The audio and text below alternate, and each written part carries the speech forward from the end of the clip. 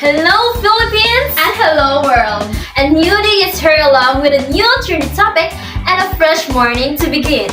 Are you ready? Well, fasten your seatbelt, listen, and enjoy the show. I'm your kapartner sa chikahan, Casey May Gonzaga, And I'm Edin Samulingan, ang Lodi News sa Chismisan.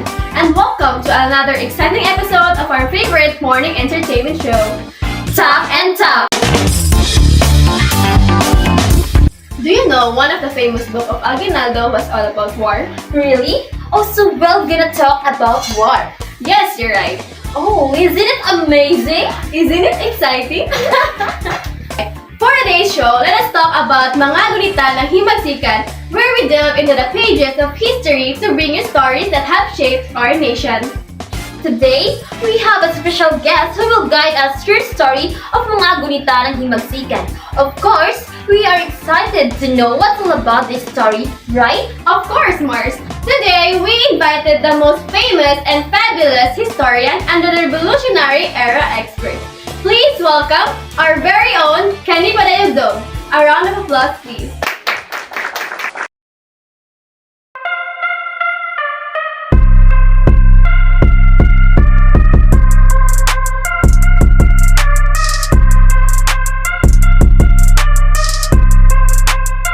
Hello, Miss Ken! You're so beautiful! Hi! Have a seat, Miss Ken. Thank you! Welcome to Talk and Talk, Miss Ken. So how's your feeling? Oh my God! Hello people and hello world! It's an honor to be here. Thank you for having me. Mahal ko kayo. Alright, Miss Ken. So now let's talk about the memoirs of the revolution. So what do you know all about it? Oh, the mga gunita ng Himagsikan. Well, one and only Emilio Aguinaldo is the author of it. Tell us more about Emilio Aguinaldo, Miss Ken. Emilio Aguinaldo is the author of Mga Gunita ng Himagsikan. No? His full name is Emilio Aguinaldo Ifani. His nickname is Myong. He is born on March 22, 1869 from Kuwait, Cavite. Accordingly, on February 6, 1964 is the date of death of Emilio. The cause of his death is heart attack. How sad, right? But before that, Emilio became a barter lender in Manila.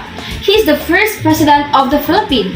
He led the fight for Philippine independence in 1895, and so much for that contributions. Aguinaldo ran again for the presidency in 1935 against Manuel Quezon, but suddenly he lost. So is that the reason why he wrote the book? Actually, there's a reason behind that. Oh my god! That's the exciting part, Miss Ken. Are you also excited to know more about it? Let's find out later on when Talk and Talk returns.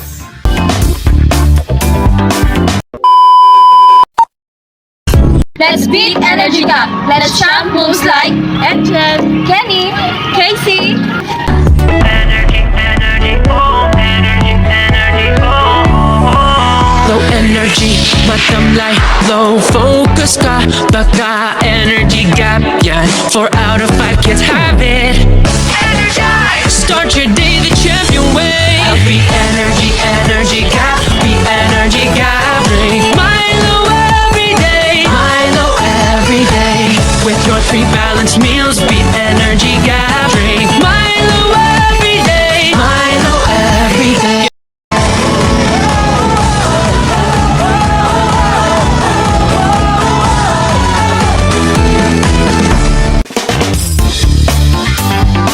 Welcome back to Talk and Talk. It seems that you hung up a while ago's topic, so well, hindi na ngayon. So Miss Ken, why is it Aguinaldo wrote that document? What is all about mga gunita ng Himagsikan? For you to know, Aguinaldo wrote that because he wanted to correct history by referring to the historians' confused accounts on the beginning of the revolution. Aguinaldo wrote his own writing in Tagalog, mga gunita ng Himagsikan. So that is the comment of the book. So when did he produce it? Between 1928 and 1946, he produced in a longhand the first volume of his memoirs, Mga Gunita ng Himagsikan in 1964, no? That translated from the original Tagalog as Memoirs of the Revolution in 1967. Aguinaldo stated that this event took the word of Pio Valenzuela and argued for Pugadlawi. Aside from these two places, there are other contenders. What are those contenders? There are 5 contenders, and that is the Kangkong, Bahay Turo, Pasong Tamo, Pakpaklawin, and Pugay Baboy. As I've noticed about this document, what are those important events that happened in the primary source?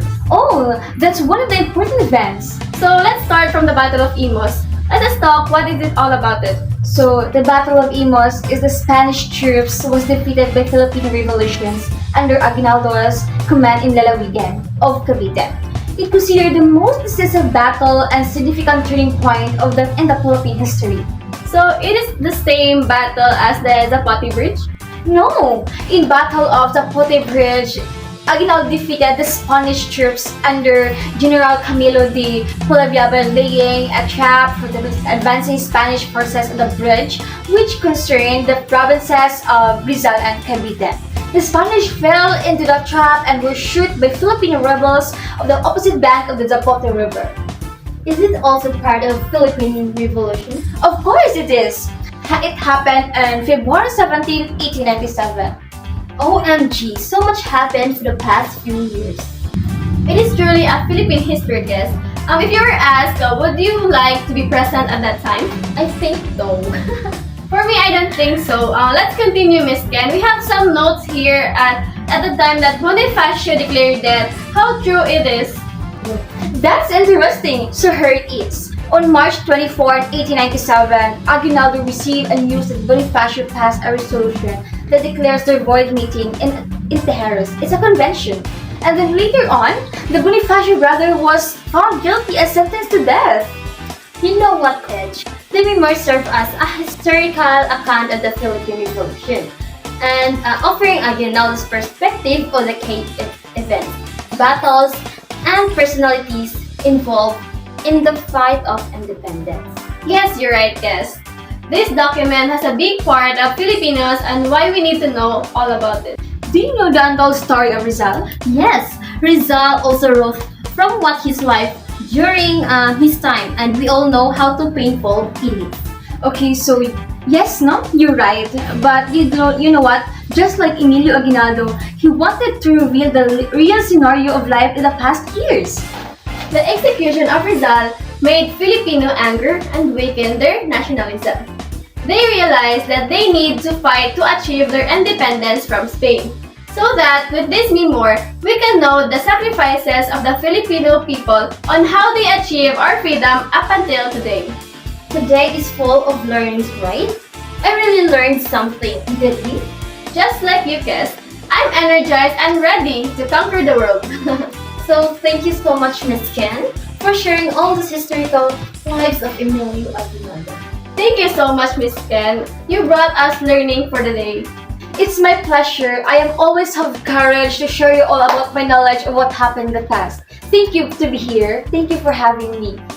As we wrap up our discussion about mga gunita ng Himagsikan by Emilio Aguinaldo, we encourage our viewers to explore this literary gem to gain a deeper understanding of our rich history. So a big thank you to Miss Kenny Padayugdog for joining us today. Join us next time as we continue to explore our stories that have developed or shaped our world. Until then, remember, understanding our past is the key to shaping a better future. Thank you for watching. If you need more chicas, See you again as here in Talk and Talk. Bye! Yeehaw! Hola! Hi guys! Do you guys enjoy watching the talk show? Of course, my dear! It's so much fun hearing all the story of Gunita ng Himagsikan. Oh my god, I love it! So, what have you noticed? Well, Emilio is the author of it. That document is a documentary on Emilio Aguinaldo's life in the Philippines, right? Yes, you're right, my friend. It's savagely interesting. Same as here, hehehe. So now, what I have learned? Me first! Okay, go! From the book of Emilio Aguinaldo, my learning experience is that we encouraged by our national heroes to learn and study what are the happenings in the past that change our lives in the present. As we understand and know about the past events during the revolution, we Filipinos are awakened to be nationalism and fight for what is right. And we should know the importance of unity. Through these learnings, I appreciate more about history, that they have a lot of sacrifices before and without them. Maybe our country is still not liberated by the Spain and other foreign invaders. I feel you, my friend. You're right. So here is mine. That provides the realization that to fight during dark times and leave hiding because of being colonized by other countries is hard. Which means that in our society today, we must be prepared and be brave to conquer everything. What about you, Edge? You now adore Emilio for that? Or you're now looking a man as Emilio Aguinaldo? Oh no, but you know what guys, Emilio is a brave man and I salute him for that. Truly a hero. Aguinaldo's memoirs show how passionate the people to fight the Spaniards to achieve Philippine freedom.